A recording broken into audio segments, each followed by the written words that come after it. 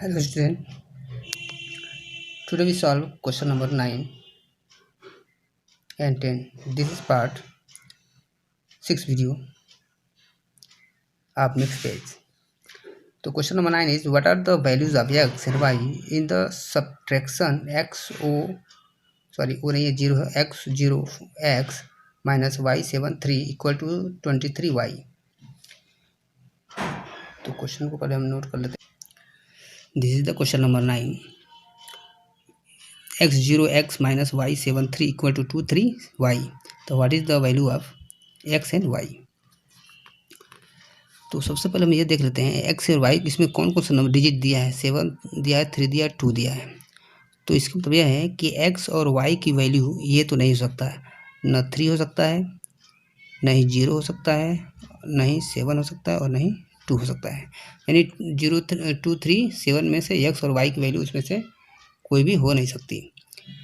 तो अभी हम देखते हैं कि इसके अलावा x की वैल्यू क्या हो सकती है. अगर हम यहाँ पे x अगर रखते हैं x की वैल्यू 1 तो हो नहीं सकती, क्योंकि अगर 1 में से 3 नहीं जाएगा तो यह इससे मांगेगा और फिर यह कैरी इससे ले लेगा. अगर यह 1 इसको दे देगा तो इसके पास 0 हो जाएगा, तो फिर यह y से सब्ट्रैक्ट नहीं हो पाएगा. इसलिए x की वैल्यू 1 भी नहीं हो सकती. तो 1 भी नहीं हो सकती, 2 भी नहीं हो सकती, 0 भी नहीं हो सकती, 3 भी नहीं हो सकती, 7 भी नहीं हो सकती. तो अब आते हैं 3 के बाद 4. अगर x की वैल्यू 4 रखते हैं तो अब जहाँ जहाँ x है उसकी वैल्यू 4 करके रख के हम देखते हैं. 4 0 x है तो 4 3 7 y. तो y अब हम इसको करके देखते हैं तो अभी अब पता चल जाएगा. अगर इसको सब्ट्रैक्ट करते हैं तो इससे 4 में से 3 आया तो हमारा यहाँ पर क्या आया 1 आया और यहाँ पर क्या है y. तो इसका मतलब यह है कि अगर हम y बराबर 1 हम देखते हैं सही है कि नहीं. अगर ये शेष 2 अभी यहाँ पर आंसर सही आ जाता है तो यहाँ पर हम y की वैल्यू क्या रखेंगे. हम एक जगह और लिख दे रहे हैं 3 7. अब यहाँ पर y की वैल्यू हम 1 रखते हैं.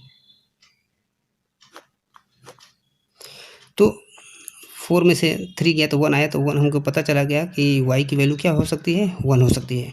अब हमने y की वैल्यू को 1 यहाँ पर रख दिया. तो 4 में से 3 गया तो 1 आ गया, 0 में से 7 नहीं जाएगा तो इससे कैरी ले लिया एक, और यह हो गया 10 10 में से 7 गया तो यह हो गया हमारा 3. देख रहे हैं कि हमारा सही चल रहा है. यहाँ पर 3 आ गया. अब यह हो गया हमारे पास एक कैरी, इसको एक दे दिया है तो यह बचा गया 3 में से 1 गया 2. तो हम यह देख रहे हैं कि 2 3 यहाँ से मैच कर रहा है और 1 आ गया y की वैल्यू और x की वैल्यू 4 रखे ही थे. तो इसका मतलब यह है कि जो हमारी वैल्यू है ये x की वैल्यू 4 और y की वैल्यू 1 यह करेक्ट है. ठीक है, क्योंकि अब यह वैल्यू को रखने पर हमको यह आंसर आ जा रहा है. ये तो क्वेश्चन नंबर 9 था. अब इसके बाद जो है क्वेश्चन नंबर 10 देखते हैं. Find all the possible values of p and q if 342 pq is divisible by 15. अब यहाँ पूछ रहा है कि पॉसिबल वैल्यूज क्या क्या हो सकते हैं p और q के, यानी एक से ज़्यादा पॉसिबल वैल्यूज क्या क्या हो सकते हैं जहाँ पर इसको वैल्यू को रखने पर 15 से जो है वो डिवाइड हो जाए. तो इसको करते हैं हम लोग.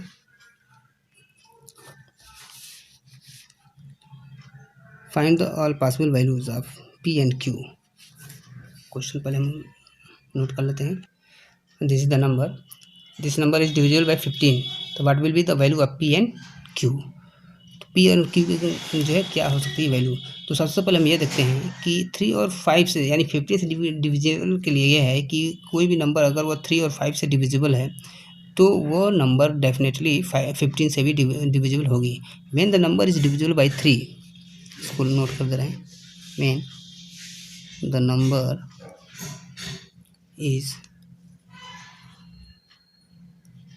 divisible by 3 and 5, then number also divisible by 15. तो 3 के डिविजिबिलिटी रूल क्या है कि each digit some of each digit अगर वो 3 से डिविजिबल है तो पूरी संख्या क्या होगी 3 से डिविजिबल होगी. यानी 3+4 ये वाली संख्या +2 प्लस P प्लस Q। अगर इन सभी डिजिट को ऐड करके ऐड करके जब 3 से डिवाइड करेंगे और कट जाता है तो डेफिनेटली पूरी संख्या जो है 3 से डिविजिबल होगी। तो अगर हम इसको देखते हैं तो 7 8 9 9 प्लस P प्लस Q। अब ये जो नंबर है 3 से डिविजिबल होगा, तो 3 से डिविजिबल होने के लिए क्या जो है P की वैल्यू होनी चाहिए और Q की। तो सबसे पहले अब ये जो 3 की डिविजिबिलिटी था, अब हम देखते हैं कि 5 के लिए जो है क्या जो है रूल होना चाहिए। फॉर डिविजिबिलिटी बाई 5,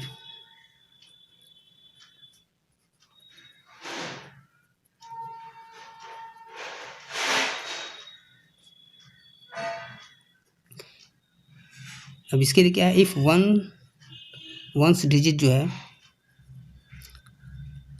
क्या होना चाहिए, इज 0 और 5। अगर किसी भी संख्या का जो वंस डिजिट 0 हो या 5 हो तो डेफिनेटली वो जो है 5 से डिविजिबल होगी। तो इसका मतलब यह है कि वंस डिजिट हमारा Q है, तो Q की वैल्यू क्या हो सकती है, या तो 0 या तो 5। तो Q का तो डेफिनेट हो गया कि ये 0 होगी या तो 5 होगी। किस केस में 0 होगा तो P की वैल्यू क्या होगी। अब यहाँ पर P की वैल्यू देखते हैं। अगर Q की वैल्यू 0 है, अगर Q की वैल्यू हम 0 मानते हैं तो P की वैल्यू क्या होना चाहिए यहाँ पर। तो 9 प्लस, अगर जो है Q की वैल्यू 0 है तो 9 प्लस 0, तो P भी लिख दे रहे हैं। तो अगर हम यहाँ पर P की वैल्यू 0 रखते हैं तो हम इसको ऐड करेंगे तो 9 आ रहा, और ये जो संख्या जो है 3 से डिविजिबल है। तो P की अगर Q की वैल्यू 0 है और P की भी वैल्यू 0 है तो संख्या जो हमारी 3 से डिविजिबल है। ये हो गया। अब अगर हम सेम वही संख्या लेते हैं 9 प्लस, अब यहाँ पर P की वैल्यू 0 की जगह पर हम कोई और वैल्यू रख कर देखते हैं। तो 0, यहाँ पर ये 0 ही रहेगा। P की वैल्यू अब यहाँ पर कौन सी वैल्यू रखें जिसको सम करने पर वो 3 से डिविजिबल हो। तो 9 है, 9 प्लस 0 बराबर 9 ही हो गया। अगर 1 रखते हैं तो 10 होगा जो 3 से डिविजिबल नहीं होगा। 2 रखते हैं तो 11 होगा, वो भी 3 से डिविजिबल नहीं होगा। यानी अगर हम यहाँ पर 3 रखें, यानी P की वैल्यू अगर हम 3 कर दें तो यह हो जा रहा है 12 जो हमारा 3 से डिविजिबल है। कट गया। तो इसका मतलब यह है कि P की वैल्यू हमारी 3 भी हो सकती है। अगेन अब देखते हैं 9 प्लस 0 ही रखते हैं। अब एक और पॉसिबल वैल्यू कोई हो सकता है क्या, जो यहाँ पर रखें और वो डिविजिबल हो। तो अगर हम देख रहे हैं 12 तो हो चुका, 13 अगर हम 4 रखते हैं तो 13 हो जाएगा, 5 रखते हैं तो 15 हो जाएगा, 5 रखेंगे तो 14 हो जाएगा। 5 प्लस 9 क्या हो जाएगा, 14 हो जाएगा, जो कि 3 से नहीं कटेगा। 5 के बाद 6 देखते हैं, 6 होगा। अगर यहाँ पर 6 रखते हैं तो 9 प्लस 6 15 हो जा रहा है, और 15 3 से डिविजिबल है। यानी यहाँ पर P की वैल्यू क्या हो सकता है, एक और 6 भी हो सकता है। उसके बाद अगर हम देखते हैं अगेन 9 की वैल्यू, Q की वैल्यू हम कांस्टेंट रख रहे हैं, 0 0 ही रख रहे हैं, तो P की वैल्यू जो है क्या क्या हो सकता है। तो अभी तो 0 भी हमारा हो गया, 3 भी हो गया, 6 भी हो गया। अगर यहाँ पर 7 रखते हैं तो 16 हो रहा है, जो 3 से नहीं डिवाइड होगा। अगर 8 रखते हैं तो 9 और 8 17 हो रहा है, अभी हमारा 3 से डिविजिबल नहीं है। 8 के बाद अगर हम 9 रखते हैं तो 9 9 18, 3 6 18, तो 9 अगर रखते हैं तो यहाँ पर हो गया 18 और 3 से डिविजिबल है। यानी अभी हमारे पास इतना वैल्यू आ गए हैं P के। किस केस में, अगर Q बराबर अगर 0 है तो हमारे P की वैल्यू ये होगा। ठीक है। अब एक और देखते हैं, अगर हमारी P की वैल्यू जो है Q की वैल्यू अगर 5 हो जाए तब हमारी P की वैल्यू क्या होगी। अगर हमारी Q की वैल्यू 5 हो जाए तो P की क्या पॉसिबल वैल्यू होनी चाहिए, क्योंकि अगर किसी भी डिजिट का 1 प्लेस पर अगर 0 होगा तो डेफिनेटली वो 5 से डिवाइड हो जाएगा। अब अगर 1 डिजिट पर अब 5 रखते हैं तो अब वो तो 5 से डिविजिबल होगा। अब ये देखेंगे कि वो 3 से डिविजिबल होने के लिए P की वैल्यू क्या होनी चाहिए। तो 9 प्लस, और हमने यहाँ पर रख दिया है Q की वैल्यू, हमारे पास Q की वैल्यू जो है कराइए। क्यू की वैल्यू हमने 5 कर दिया और पी की वैल्यू क्या क्या होगी जो 3 से डिविजिबल हो। तो 9 और 5 हो गया 14। 14 तो नहीं डिवाइड करेगा 3। अगर हम पी की वैल्यू 1 कर दे तो 15 हो जाएगा, यानी पी की वैल्यू अगर 1 कर दे तो 15 हो जाएगा, जो कि 3 से 3 5 जा 15 कट जाएगा। तो पी की वैल्यू 1 हो गया। किस केस में? जब क्यू की वैल्यू क्या होगा 5। अगेन 9 प्लस 5 रहेगा, तो पी की वैल्यू क्या रखें? तो 9 और 5 14 हुआ, 15 तो हमारा कट चुका है, यानी 15 के बाद 18 आएगा तो वो हमारा 3 से कटेगा। तो हमारे पास 18 लाने के लिए हमको यहाँ पर क्या ऐड करना पड़ेगा? 4। तभी तो 9 10 13 और 5 18 हो गया, या 18 3 से 3 6 जा 18, यानी यहाँ पर जो है 4 हो सकता है। अब देखते हैं और कौन सी वैल्यू हो सकती है। 9 प्लस क्यू की वैल्यू अगर 5 ही रहेगा तो 9 10 14 हुआ, तो 18 तो कट गया 3 से, तो 18 होगा, 19 होगा तभी नहीं कटेगा 3 से, 20 होगा नहीं कटेगा, 21 होगा तो कटेगा।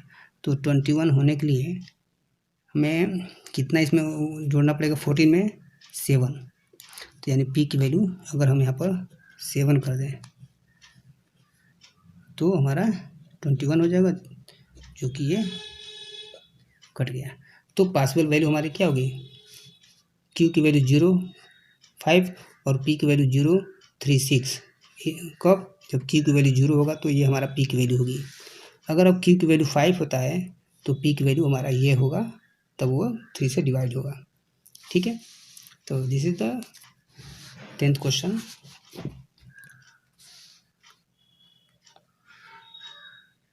For watch more video, go to my YouTube channel Ranjit Sir Edu. In playlist there are so many videos related to computer, math, EVS. Thank you.